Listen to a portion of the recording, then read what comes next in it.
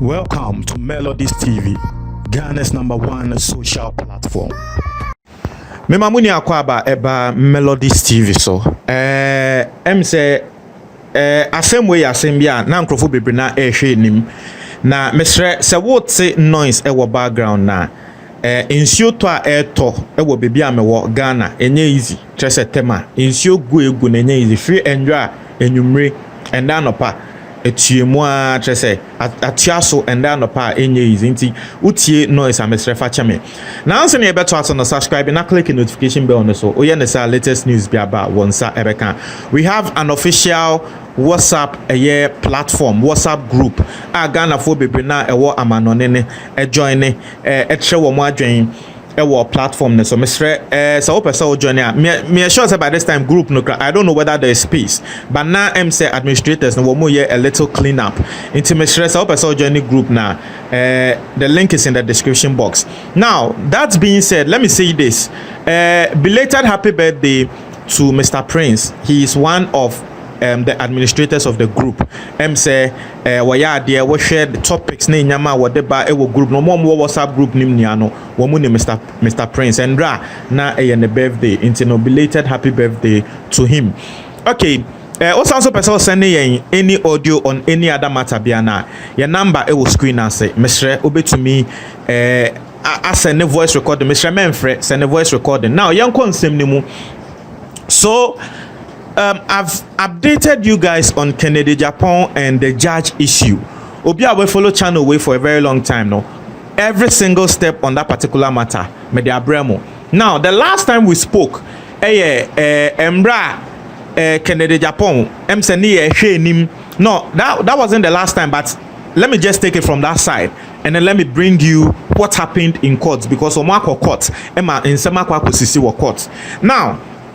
so let's take it from the point where Embra na Ghana for susu say ye kwa ma Kennedy Japan ebia ni ruling one court and the lawyers say oh Kennedy Japan enter one court and they say ne doctor atro enkrata ama court no say Kennedy Japan coronavirus bi a wonya twemu no wonya complications bi enunti eni kwan se woko bebia e wo se wo recover doctor no emali 2 weeks 14 days enunti na wontumi anko court for day na ye ne ayesusu se court eba bema ruling on the matter no. Now me mamoti ase say judge no etonsa frɛ doctor no say doctor nembra no ombisa nsembi because judge no onu ni trim no onu nso epe more clarification on the matter adenti ena e wo se wo ba court wo can say and there yarenti wo say ye to nsafre judge no me mamoti ase say sa de na Kennedy Japan and sa de na the doctor no ye no based on the same thing Kennedy Japan said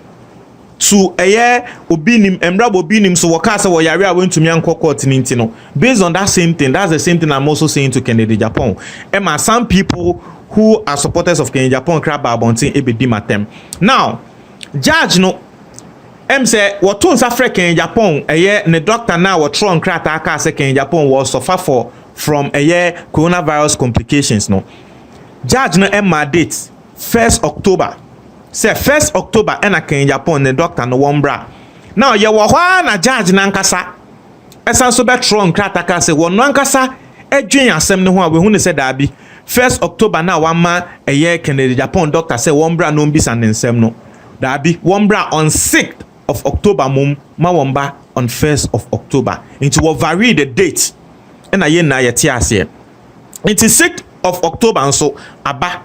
Now Kennedy Japan ne doctor a friend of Dr. Ken Ado, yes wokopie mu e wo court ono nso what the lawyers e court aside Kennedy Japan so lawyers and atese wo mukopie mu wo court. Now wo mukopie mu wo court no na there was na request bi Kennedy Japan ne doctor no he had a request. Now let me explain matters. One say Ghana has say won enya Ghana mpo ewiase ni na doctor any osofo you are supposed to deal in confidentiality. Muntie Montemasiye, doctor any osofo, you are supposed to deal in confidentiality in the sense so will be beka ne sum asem tremo and now will be beka tell say wo yare as a doctor no professional rule etre say any kwan say wo kwa country will be foforo say asem esi onim say yare bi wo ne so da bi osofo nso saa will be beka na asem trewa based on confidentiality. Inti Kennedy Japan doctor no Emma request be wo court or say oh hwa asem a judge wa frame abase mimbe yi ano it is about the health of Kennedy Japan mesrel ebenya nanka asemi let's say it's in camera now broni ka say let's say something in camera etre say yanko come behind closed doors